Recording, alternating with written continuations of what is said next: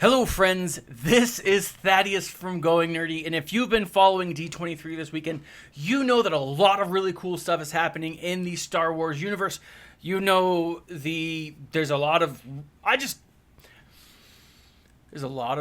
really cool stuff. I just had a little bit of a nerdgasm right there, and I am excited to talk about the sizzle trailer that has been launched this morning. Now, I watched this, guys. I've seen it 6 times already. I watched a number of different videos to get some ideas, and I'm going to break down the footage from a lot of what other people are saying and then talk about some stuff that no one seems to be mentioning. Now, this is just my speculation, my theory, and what I love from this trailer. Now, first and foremost, guys, this is awesome. It expands the whole of the universe. Now, it starts with, this shot of Luke on Tatooine. It goes through, talks about Ben Kenobi, which, Kenobi, the TV series, freaking awesome. So excited for that. I mean, it really shows the originals and it jumps back to the prequels. And then it goes through and kind of introduces us to, the new stuff that's coming. We see some shots from episode 7. We see some shots from episode 8. It is freaking awesome, guys. I'm beyond stoked here. Now, the first shot we see is this opening shot with Rey in front, Finn, Poe, C-3PO, and Chewbacca, right? The hairy beast. And it looks like you can see the Falcon over here in the background. According to rumors, this is not Tatooine and it is not Jakku. It is some other desert planet in the galaxy. But you see them stumble upon this, a happy celebration of sorts. And so I'm curious as all get out to know what they are celebrating. Now, in the last shot of episode 8 or something to that effect, we get these moments where it's like, oh, hey, there's other rebellions out there. There's other individual pockets of resistance. We're not alone in the galaxy, right?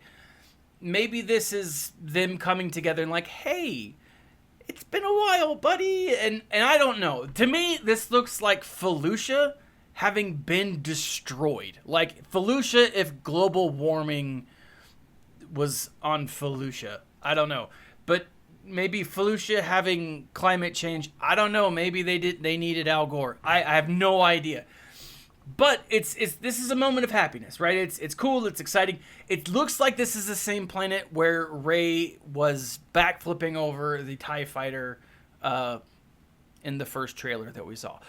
Then we get this picture of all these ships coming in. Okay, can anyone say Alphabet Squadron? Because this is clearly that. You have Y-Wings, X-Wings, you have an A-Wing, you have B-Wings. I mean, this is the full thing.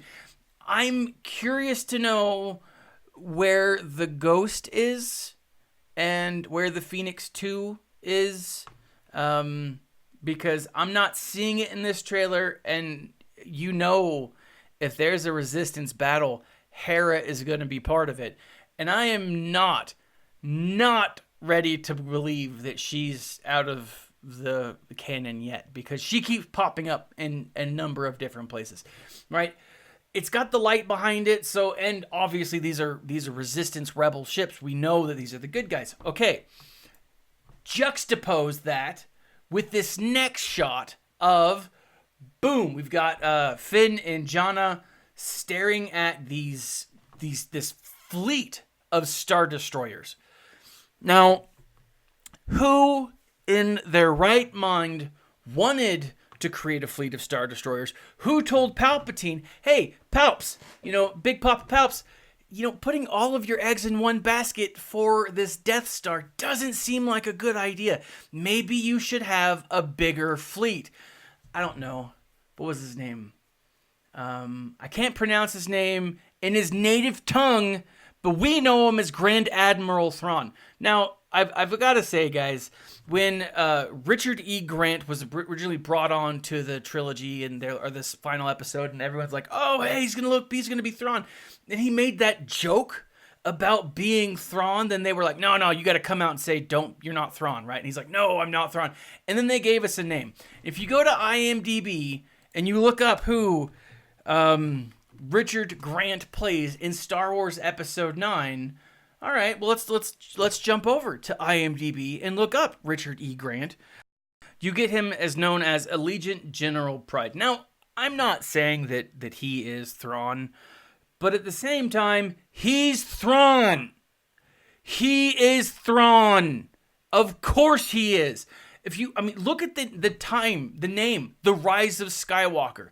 In Thrawn Alliances, Thrawn hooks up with Anakin Skywalker back in the Clone Wars days. It's pretty awesome. It's a great story. You can check out a free link in the section below to get an Audible subscription and look and listen to the Thrawn novels. But, spoiler alert, in the Chiss language, the Force sensitive are called Skywalkers. The Rise of Skywalker, come on! And again, guys, this movie is directed and I think written by J.J. Abrams. But we have to keep in mind, J.J. Abrams lies. And, these aren't like lies that he's secretly, he's secretly Palpatine or playing Palpatine. These are lies to, not spoil the story, right? He's not trying to give it away right off the bat, which, good for him, right? But he lies. And they're like, no, Thrawn's not in the movie. This could very well be Thrawn. I'm still not judged. This is clearly a Thrawn move. Whether it is Thrawn or this is Eli Vanto's offspring or whatever, I don't know. This is a Thrawn-esque move. Now, you keep going, it's you see Jaina and Finn. Now Jaina's Finn's counterpart. What's interesting to me is this hand. They're clearly in the Millennium Falcon. Whose hand is that? I don't know. Is it important? I kind of feel like this could be Lando, right? If this is Lando, is Jaina his daughter? Now, we know in canon, Lando settles down. Lando finds the love of his life. It wouldn't be surprising if Lando had kids. Well, it wouldn't be surprising if Lando had many, many kids, because Lando was kind of a floozy. But the idea here is that could be Lando. And Jaina could be his daughter. Now, not everyone has to be related to everyone. I know that. But it's possible. All right, now moving on. Now the next scene, and this, okay, the rumor is C-3PO has a battle mode. Him with the bowcaster, that we saw in that one poster that was fan-made, and it probably was, but we saw him with that. He's got the red eyes. Who else has red eyes in Star Wars canon? Who else has red eyes who is a protocol droid? Who else is connected to Darth Vader, who is connected to this story? Freaking 000. Now, if you have not read Dr. Aphra, if you've not read the early Vader comics, read them. Read them now. Find a place online. Read them. 000 is essentially a mass murderer of organics, but in C-3PO form, right? And this, with minus the black armor, the black coating that 000 has, 3PO, he looks the same. I would effing love to see 000 in this. I would love to see Dr. Aphra in this. That would be great. I don't know. I'm just saying. It would be tight. Then we see, hold on. Then we, from after 3PO, right, we get this cannons being fired down on Earth, right? This looks like an orbital bombardment. If what we can assume that this is coming from that huge fleet of ships, which makes sense, right? What place are they blowing up? Why are they blowing it up? We don't know. Then we get Rey throwing a lightsaber. WTF is that about? I don't know. but it looks like we've got a training droid here, right? I don't know if that is a training droid. Maybe it's a probe droid of some kind, or a sneaker droid. I don't know. I have any idea. It looks very much, but the fact that she throws that blade, and then in the next scene, it looks like she comes back and catches. Awesome. Just awesome. I mean, like, this fight on the Death Star, it looks awesome. You hear at this moment your journey's about to come to an end. We assume that he's talking to Rey, but we don't always know. I mean, but then we get this Rey with freaking nunchucks turning into this. This is ridiculous. This is awesome.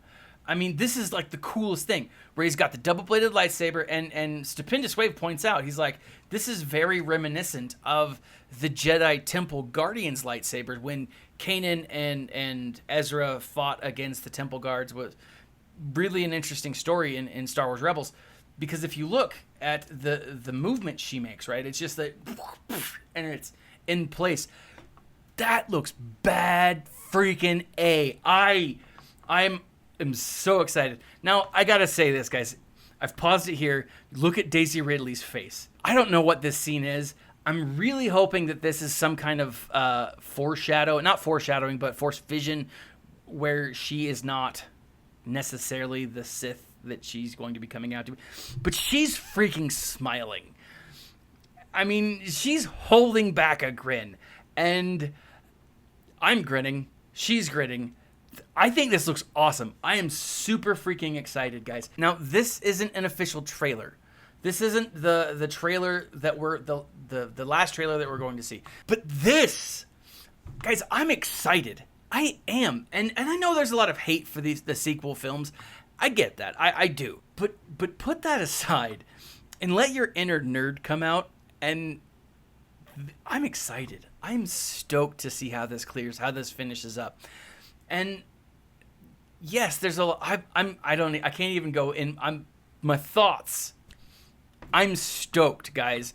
If you haven't read Thrawn, I highly recommend it. They are 3 great books. They are written by Timothy Zahn, so the original creator of Thrawn has gone back and kind of retooled the story. I think that Thrawn is going to play a major, major role in this. I think that could very well be 000. I mean, it might not. I don't know. Dr. Aphra, maybe that's why they're keeping secret the relationship, or keeping secret the not telling us who Zori Bliss is. So Kerry Russell's character, she could very well be a Dr. Aphra. Dr. Aphra and Luke kind of had ties together. Dr. Aphra had ties with 000. Luke and the crew fought against 000, guys. I don't know. I'm just saying. Check out the links below. Get a free Audible subscription. You can get in the link below. You can actually check out 2 Audible books. They're both yours to keep just by trying for a month. You don't have to pay anything. Everything you do supports the channel.